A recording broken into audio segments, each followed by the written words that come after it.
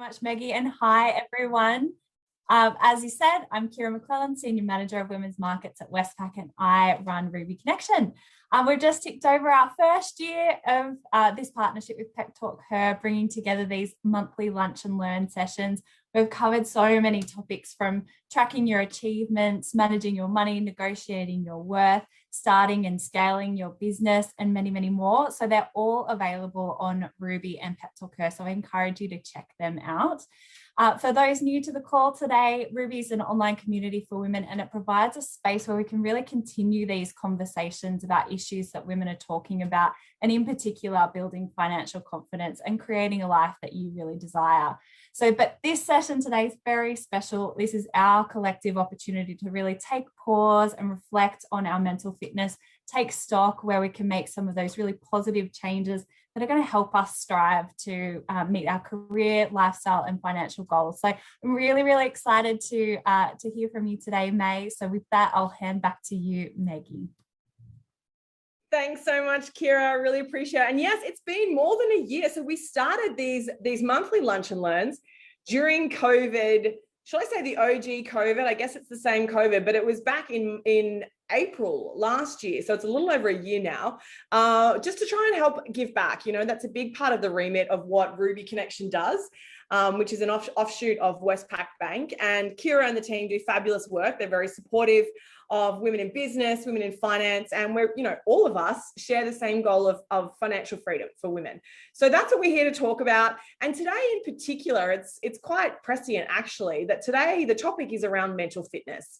And it's been a tough 15 months. I don't think tough really does it justice, but that's the best word I can come up with right now. And May, Samali, it's such a treat to have you here today to talk to us about resilience, about mental fitness, and about coping during challenging times.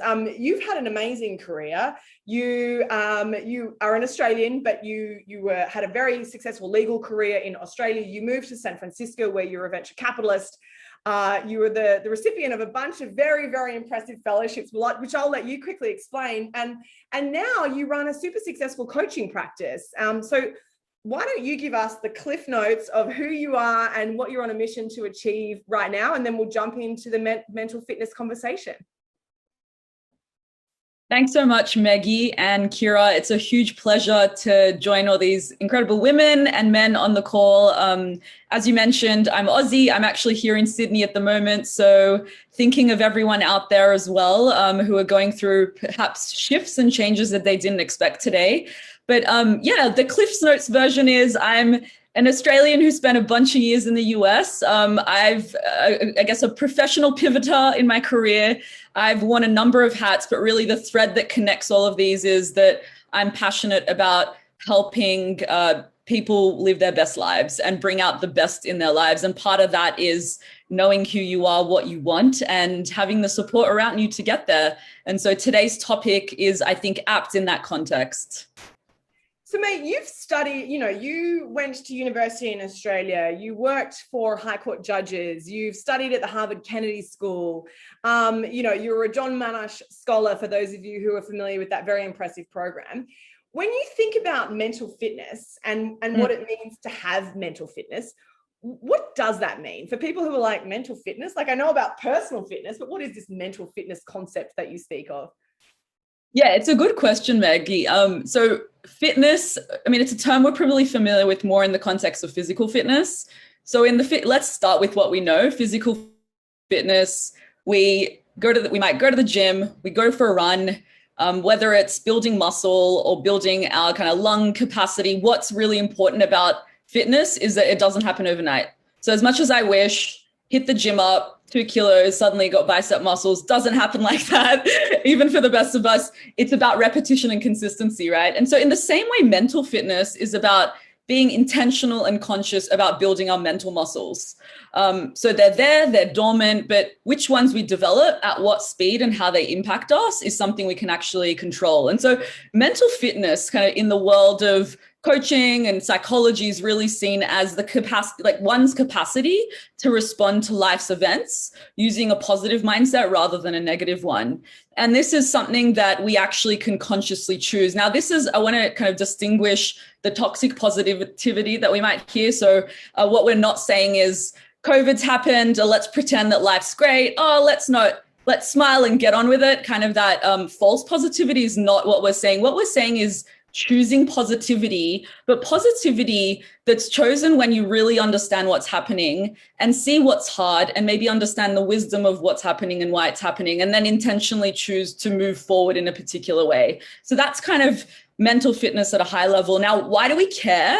I personally care. The incredible people I work with care because it impacts every area of our life. So like physical fitness or emotional fitness, mental fitness not only impacts the two areas that we probably suspect, so happiness and well-being, kind of that calm peace of mind, it also really impacts the quality of our relationships. So there are a ton of studies out there, Gottman Institute, for example, who focus on the quality of relationships in partnerships and couples and marriages, say that the quality of your relationship is often to do with the strength of your mental fitness.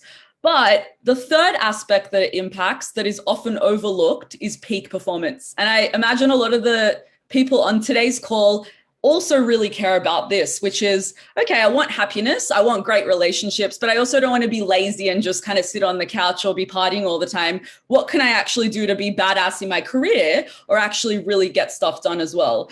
And mental fitness, people that demonstrate mental fitness, who are developing the parts of their brain that are optimizing for that, are actually far outperforming actually people who are driven by the kind of left side of their brain, which is more that survival part, right? Which is where your mental fitness is quite low. And so the false dichotomy we often put up there is that in order to be happy, you don't really get much done. And so you're driven, we're driven by our stress, and stress and anxiety must be good for me. It propels me forward. I'm getting stuff done. I'm succeeding. But what if we could succeed, have peak performance, and be ultimately happy, have well-being and really good relationships? And so that's kind of what mental fitness is and why it really matters to us. So this is really interesting. And I want to get a sense check from everyone who's joining us. Hello, I know we've got people from all around Australia, all around the Asia Pacific region. Welcome to today's session, hosted by Ruby Connection from the Westpac Bank, focused on mental fitness. I would love to hear from you. How mentally fit do you feel right now? Pop it in the chat and let me know one word. So for me, I reckon I'd feel fairly mentally fit. That's what I would write in the chat, fairly mentally fit. How do you feel? Do you feel like weightlifter mentally fit, or do you feel like struggling, absolutely battling? Are you in the Sydney area? Have you just heard about the lockdown? Are you feeling like that mental fitness is just sort of wasting away? That's a great idea. Rochelle's gone with a 6 out of 10. Kirsty feels like she's fluctuating. Totally hear that. Now, May, you talked about mental fitness. Yep. What if you have a bad day? What if you've got 2 kids at home, everything went wrong, and it's just been a shocker? We've all had those days. We've probably had more of those days the past 12 months than ever before. Does that mean we're mentally unfit? Or how can we recover, right? When we have an off day, when we're not at peak performance, to use your fabulous analogy, how do we recover from that? Yeah, so really good distinction. Just because we're mentally fit doesn't mean we're not human. So I could be a marathon runner and I still need a rest day, or I still might have a day where I'm not going to be hitting my ultimate kind of performance. And it might be because I didn't eat pasta the night before. I'm on a keto diet, and so I didn't get the carbs, so I can't run well. Take that analogy to our mental fitness. And what is really important, and what's actually, I think, liberating for many of us, is the recognition that whether or not we have the parts of our brain that slow us down or enable us to have a bad day, it's not that you're either born with it or not. All of us have the left side of our brain, right? The left side of our brain, think of it as our inner Darth Vader. It's that part of your brain that's the critic. Think of it as the judge. There's all this analogy for your inner bully, your inner critic, your limiting beliefs. It's the part of you that judges yourself, judges others, and judges circumstances. It's looking for all the faults out there. And, I call mine my control freak. It needs to have control. If I'm not doing, it'll take a circumstance, it hijacks it, right? And it tells you that you're at threat. Now, we all have probably related to a circumstance if we think back to even the last 24 hours when our saboteur, this kind of judge, was hijacking us. And what happens when we're hijacked is that we can often feel it in our body. So our body keeps the score. And what you want to be able to tap into is in those moments where you're feeling hijacked by a thought, to stop and notice, am I also feeling it in my body? And if so, where? Right? And start to do a bit of a body mapping awareness exercise. Now, why are we doing this? Because 80% of the issue is that we don't notice we're being hijacked by the left side of our brain. Now, evolutionary wise, this has been a really great thing we've developed, because if there was a ruffle in the, in the leaves, we wanted to assume it's a lion and we run for it. So the fight, flight, freeze response is activated. But if I'm sending an email to my boss and I get a couple of typos in it, that is not the same as being chased by a lion. That is not life-threatening. My blood pressure is going up, my breath is shortening, and I'm noticing kind of my chest being all this pressure on it. You can see in that moment, you're probably being hijacked by your judge or your saboteur. And so what we want to do, the first thing we want to do is to catch it. And one of the most effective strategies for catching it is to name it. You can't catch your enemy if you don't recognize it's in the room. And so I want to encourage everyone on this call to think of a moment recently where you've been hijacked. It could be that, a circumstance happened and you assume the worst. COVID, we've gone back into lockdown. The whole year I might as well write off 2020, like no point, right? Or I sent an email with typos to my boss, I'm going to get fired. I'm feeling a bit nervous about the talk today that I have to give for Ruby. I'm a terrible public speaker. I should get out of coaching as a profession, right? So we all have it. So let's name it. Whether it's a Debbie Downer, your negative Nancy, your inner Karen. I have clients that call theirs their inner Miss Trenchbull, for those of you that know the movie Matilda, that, the part of you with a leash that is kind of punishing you. So name it. And the more that we name it, the more we can disassociate it because we are not our saboteur. We are not that judge that is hijacking us, right? So that, I would say, that's the first strategy that we can all implement. And let's make it more fun. Get the people in your life, whether it's your partner, your friends, your colleagues, to call you out. So, for example, I was away on a trip earlier this year and we had a blackout. In the middle of, we were away at an Airbnb and I had an article I needed to write for the next day. And I just went into panic mode as if a tiger was in the room, right? Your heart rate. And it's just, you're almost overcome by that emotion. And my partner was able to say, your control freak's in the room. Okay, what are we going to do about this? And so for each of us, let's name it so we can tame it. Okay, so I thought this would be a fun exercise. We could do a mental fitness boot camp together, May. Let's all name that inner critic that's crushing our mental fitness and totally not serving us. I've decided I'm going to call my inner critic Boris. I don't know why, it just feels right. So mine's going to be called Boris, but what's yours called? Let's pop it in the chat. And so May, sorry, you mentioned you've got a name for yours. Do you want to share yours? And then I'd love everyone in the chat to share theirs as well. So mine's called the control freak. And as you're naming your kind of inner critic or your saboteur, I want you to actually imagine it. What does it look like? Is she wearing big cowboy boots with a leash and kind of going around and punishing you? Is she dressed in all black? Does she remind you of your grade 12 math teacher who is always telling you what you got wrong? Actually visualize it, because what this helps us to actually detach from the left side of our brain that's active. The more that we can name it and disassociate it, what we're doing is we're intercepting that part of our brain and shifting over to the prefrontal cortex, which is our right side of our brain. Now, the beautiful thing is that is the part of our brain where all compassion, empathy, creativity, innovation, and decisive action live. So for entrepreneurs that I work with that are saying, I want to be more innovative, I want to make sure I'm building the right products, it's not about these quick hacks of productivity hacks. It's actually about quietening down the left side of your brain so you can shift to the right. And so part of it is knowing what's being activated when it is. So I want to do more of a boot camp. Let's get into the practical strategies. But before we do that, just really quickly, tweet sized for people who've just joined. Can you quickly talk us through the difference between left brain and right brain and how both of them work towards or maybe against sometimes our mental fitness?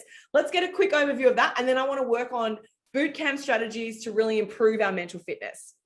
Yeah, great. So left brain, primal, survival oriented, inner Darth Vader, drives you forward through anxiety, fear, stress, anger, all the more difficult emotions. Left brain, inner Jedi, the home of all empathy, compassion, creativity, innovation, decisive action, pulls us forward towards something.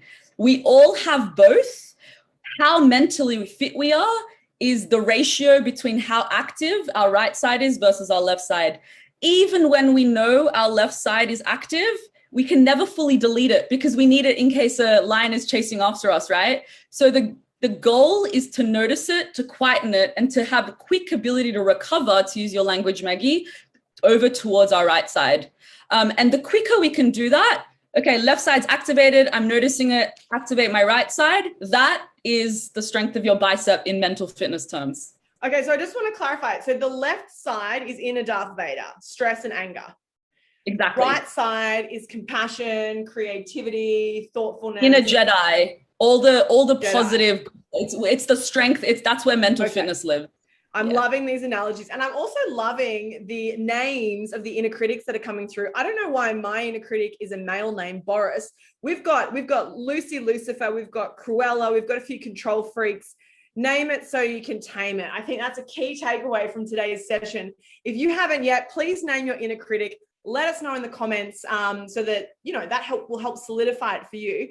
But let's talk about more strategies, mate. Okay, so we're going to name our inner critic.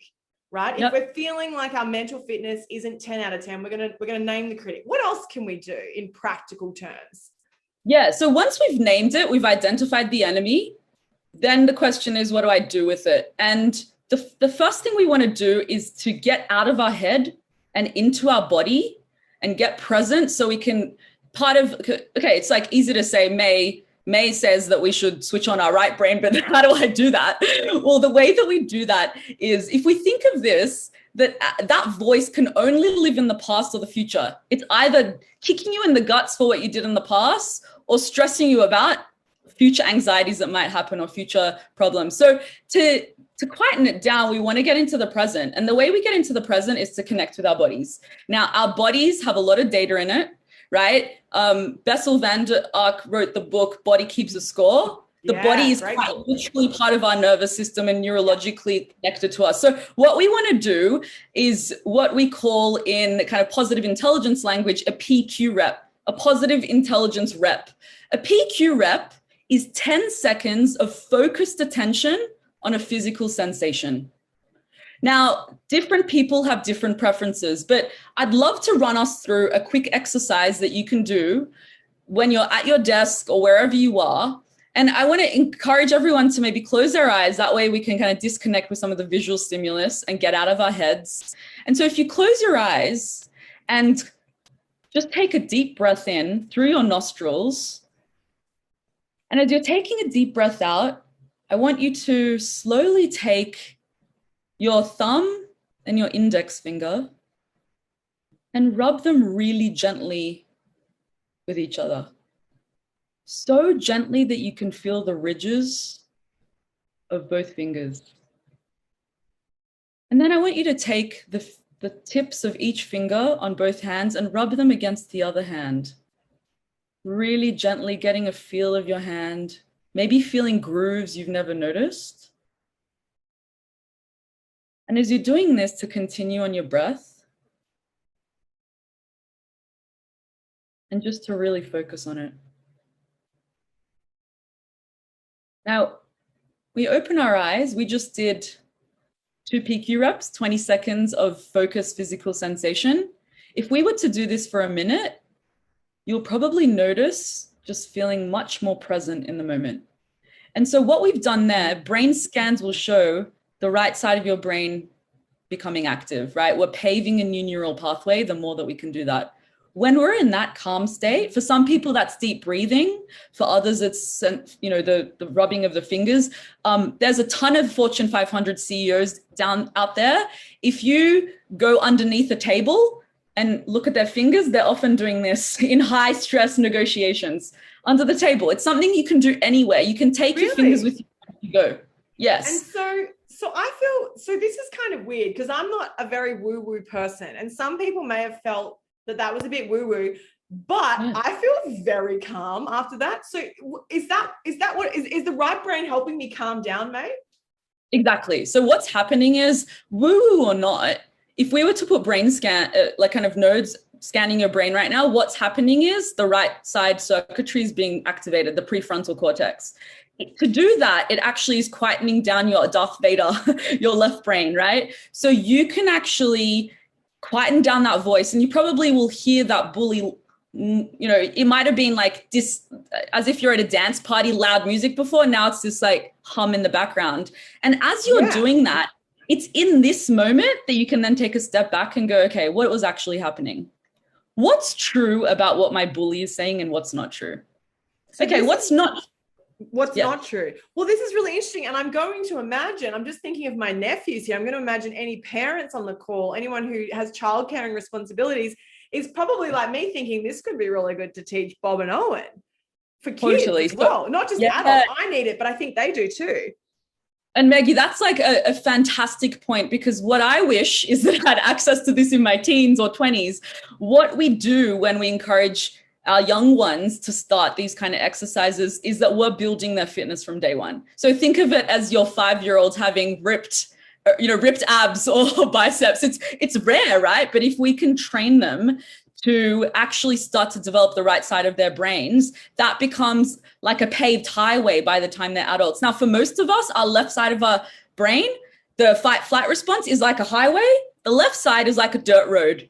We need to keep going down that dirt road in order for it to become more of an automatic response. So naming your saboteurs, right? Having physical sensations that can ground us, like move over to the right brain. And then when we're in this place, this is when we can start to ask questions like, what was actually true? What's really happening?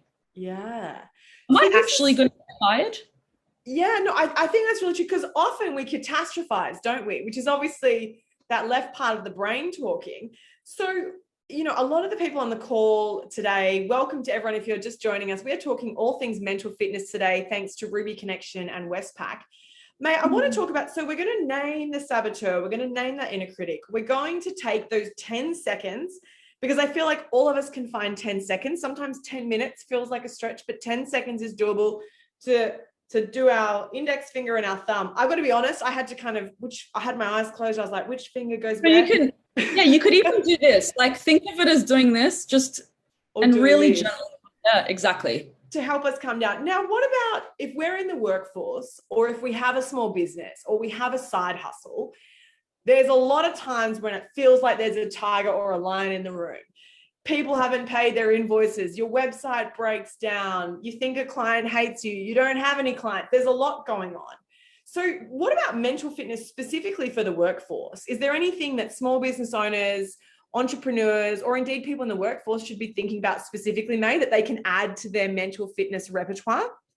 Yeah, it's again, excellent question. So once you're in that zone where your right brain is activated, and I should add to this isn't for everyone. For many people that I work with, it's getting out of your chair and going for a walk around the block. Getting in, the point is to be present and to get into your body. It's from that place that we can actually ask ourselves the real questions like, what actually happened? What really matters to me? And you can tap into empathy, you can tap into creativity, and you can tap into kind of innovative thinking that you wouldn't have otherwise. So one really great question you can ask yourself, if you find that the inner critic is telling you this isn't working or it's all going to fail, is to ask yourself, what will matter in a year's time when I look at this moment? To use forward think, because when we think about in a year's time, what we're often tapping into are our values. So rather than responding from a place of our saboteurs, you want to know your values. What's important longer term for you? If I look back in a year, will I care that this email had a typo?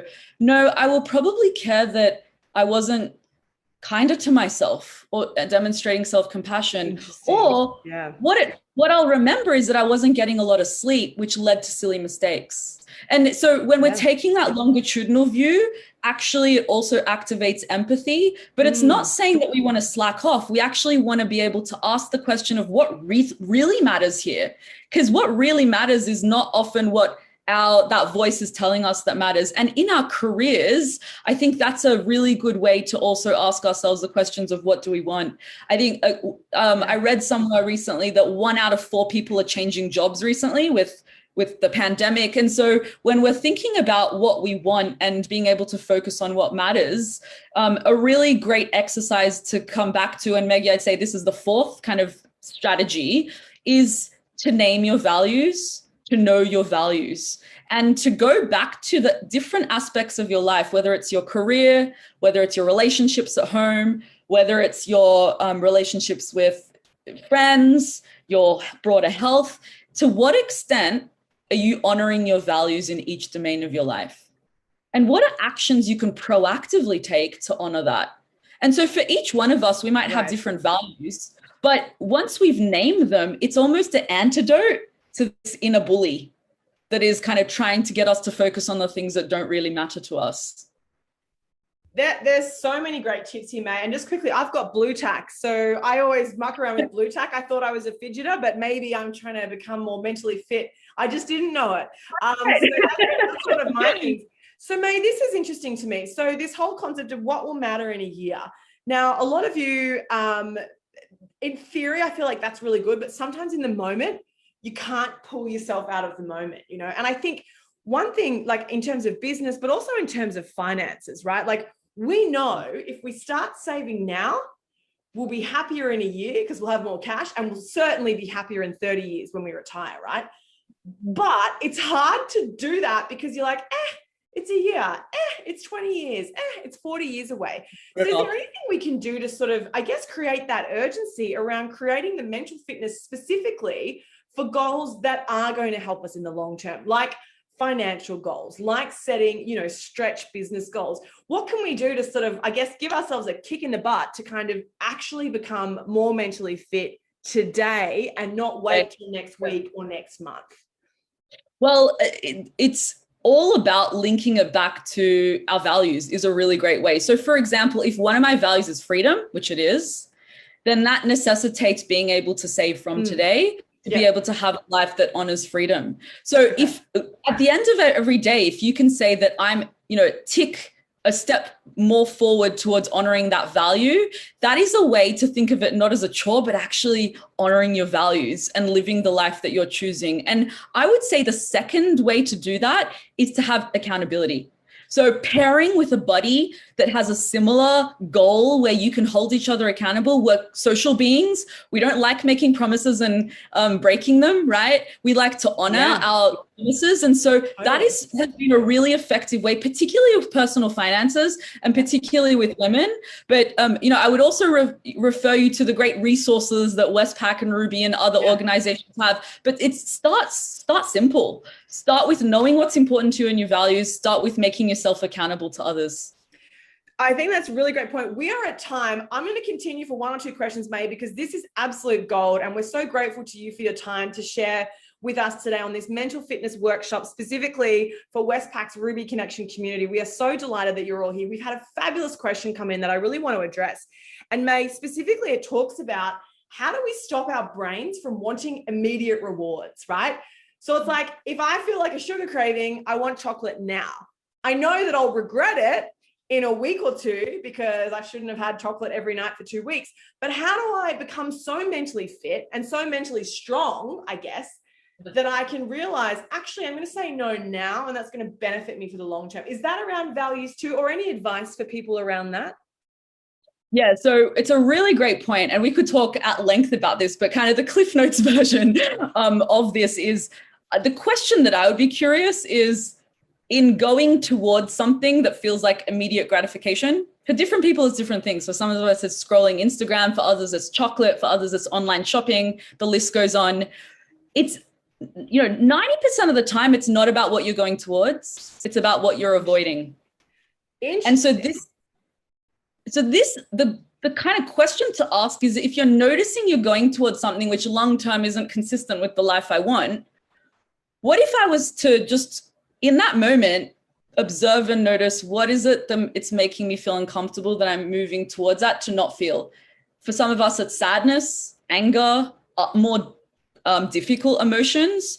And part of mental fitness is emotional fitness, which is to not become a bottler, i.e. pushing emotions away, or a brooder, I am my emotions and the world is over, right? Both are not a right brain. And so in that moment, I would say, like, actually become curious about what's really going on for you, and don't take it at face value. It's rarely about the Instagram scrolling or about that chocolate bra. You probably do love sugar, but probably not as addicted as you think.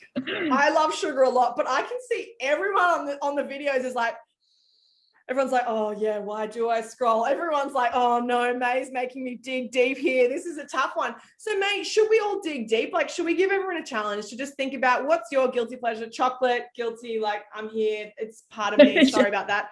But I need to dig deep, like, and for me, I didn't prepare this. I actually think for me, it's a procrastination tool, because I'm like, if I go to the fridge and eat chocolate, that delays 2 minutes from me having to do the work. So is sometimes it's about procrastination, or is it about avoiding grief, or avoiding a tough conversation, or avoiding a sales call, you have to make it work? Is that sometimes what it's about? Absolutely. Like, a lot of the time it's restlessness that comes from moving away from something that we don't want to do. And let's not kind of simplify this. Sometimes it's avoiding tasks that might lead to success because we're genuinely scared of success, or tasks that might lead to failure. Or if we're not doing something, if I don't go to the fridge and open it every 5 minutes, I suddenly have this quiet time where I can think about how much I hated the way my partner spoke to me this morning and how sad that genuinely makes me feel. So the invitation is to sit with emotion without becoming them or avoiding them. It's part of that noting and naming exercise.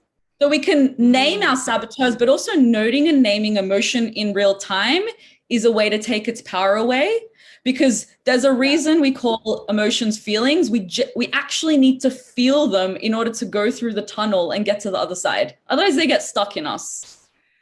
So this is a lot, and this is some great stuff to leave everyone with. But I think what you said, May, that really struck me was the fear of success. And if you have a fear of success, or you think maybe that might be a part of some of your saboteurs or some of your inner critics, let me know in the chat. There's an amazing coach that, May, I think you know her as well. Her name's Keita Williams. She's done an amazing session for us at Westpac in the past. She talks about FOSSing, fear of success, and FOFFing, fear of failure. So self-limiting beliefs. Thanks, Kirsty. Yes. And that fear of success is real, because the fear of failure, it's kind of, we sort of understand that. And it's like, well, I didn't do that because maybe I'd fail. But the fear of success is interesting, May. Just quickly, I don't think we talk about this enough. Can you give us your take on why we fear success sometimes? Because everyone on this call is very successful. You all have amazing careers, and you're all interested in growth, which is why you attend these Ruby Connection sessions. But May, I'd love to hear from you a little more about fear of success before we wrap up today's fabulous session that we could continue for hours if we had the time.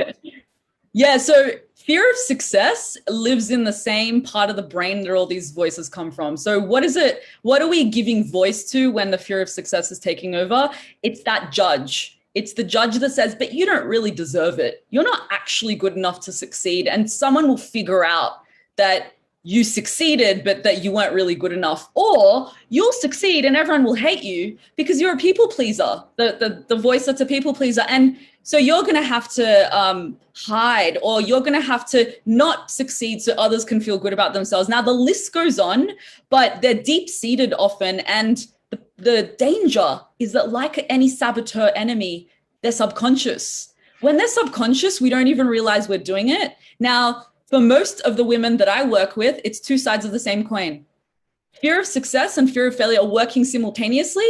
No wonder we're procrastinating, because it's a way to avoid either scenario and be in this restless middle ground. And I think there's a lot more we could do with this. One of the books that I would recommend is Positive Intelligence, if you're curious to get a bit deeper into this and learn kind of what your saboteurs might be and how you might be holding yourself back in terms of limiting beliefs. And there's actually a free assessment online, the PQ assessment, that you can Google and take to start to give some language to these limiting beliefs. And I found that that's been really helpful starting point for most people. It certainly is. And I'm going to link to that book in the comments now in the chat. 1 second. There it is. And also just a quick shout out. Someone very kindly put in the chat. I just want to get their names so that I can thank them. El Karsh has put a tool in the chat via character to help you identify your values. So May's talked a lot about today. If we're clear on our values, it allows us more quickly to strengthen that mental fitness, right? And to strengthen those muscles in our brain, which are actually going to create neural pathways that are positive and going to serve us rather than sabotage us. So thank you so much for sending through that resource. Ruby Connection has a bunch of resources on all of these types of topics. And I have to just quickly acknowledge end of financial year. We're a week out.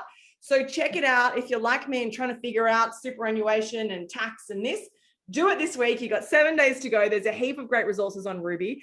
If you've got more questions, pop them in the chat and we'll try and address some of those in the follow-up notes. We will put links to the books that May has suggested in the follow-up note to you, which you'll get in a couple of hours as well. A huge thank you to all of you for joining. And May, thank you. I don't know if I want to thank you because honestly, I feel like you've given me a lot of work to do and I've got a lot of deep thinking that I've got to go away and do after this chat. Thank you, Meggie. Well, no, it's a pleasure. And look, I wanted to limit the amount of homework, but hopefully some of this can actually bring some calm and joy. And I'll leave you with this, which is we all have these limiting beliefs. We all have these ways that we hold ourselves back. But the best part is we all have this part of our brain too. And it's practice. So just like going for a jog after not jogging for 6 months it hurts. I promise you, the more you jog, the more you practice building these muscles, the easier it gets. And that's why we kind of want to think of it as fitness and not one and done. And if anyone can do it, it's the women on this call, because the fact that you're showing up shows an appetite and growth mindset, as Meggie said. So excited to hear how everyone goes. Absolutely. And I'm a stickler for time. I've run over a little bit today because this was pure gold. May Samali, thank you so much. I've popped May's link to her LinkedIn in the chat. Do connect with her. She shares a lot of amazing knowledge on her posts on LinkedIn. She does amazing coaching with women. So keep in touch with her. Make sure you connect with the fabulous Kira from Ruby Connection and Westpac as well. She's an absolute gem. You can learn a lot from her too. And this has been a delight. As always, we do record these sessions. They will be uploaded. You'll get an email with a link to this session and our 12-month back catalog. You'll get that in a couple of hours. So, when you get that email, forward it to your team, forward it to your partner. If you've got teenage kids, you can forward it to them. If you don't, maybe forward it to anyone who raises your children with you, or if you have caring responsibilities for nieces, nephews, adopted children. Very interesting tactics here for all of us to dig deep and think about, why do we scroll on Instagram? Why do I buy all that stuff on online shops that I probably don't need? Why do I do that? But I really think, May, to your point, this mental fitness, if we can actually instill this in children and teenagers and young adults, what a difference that would make to their lives going forward. Absolutely. It's the meaning of resilience. It's where resilience comes from, kind of the mental fitness, strength, to see the bigger picture. Yeah, and it's interesting because Harvard Business Review and others have published a lot of research on resilience being one of the key characteristics to success. So a lot of learnings from today, May. I'm reeling from all the intel I've just processed. And next time I go to the kitchen to try and get a Reese's peanut butter cup, I'm gonna second guess myself and think of you. Thank you so much, everyone, for joining us. This has been our monthly lunch and learn with Ruby Connection, courtesy of the Westpac Bank. Thank you to May Samali for hosting today's session on mental fitness. You will receive the notes in your email very shortly. It has been a delight, and we will see you back here at the same time next month. Thanks, everyone. Thanks, guys.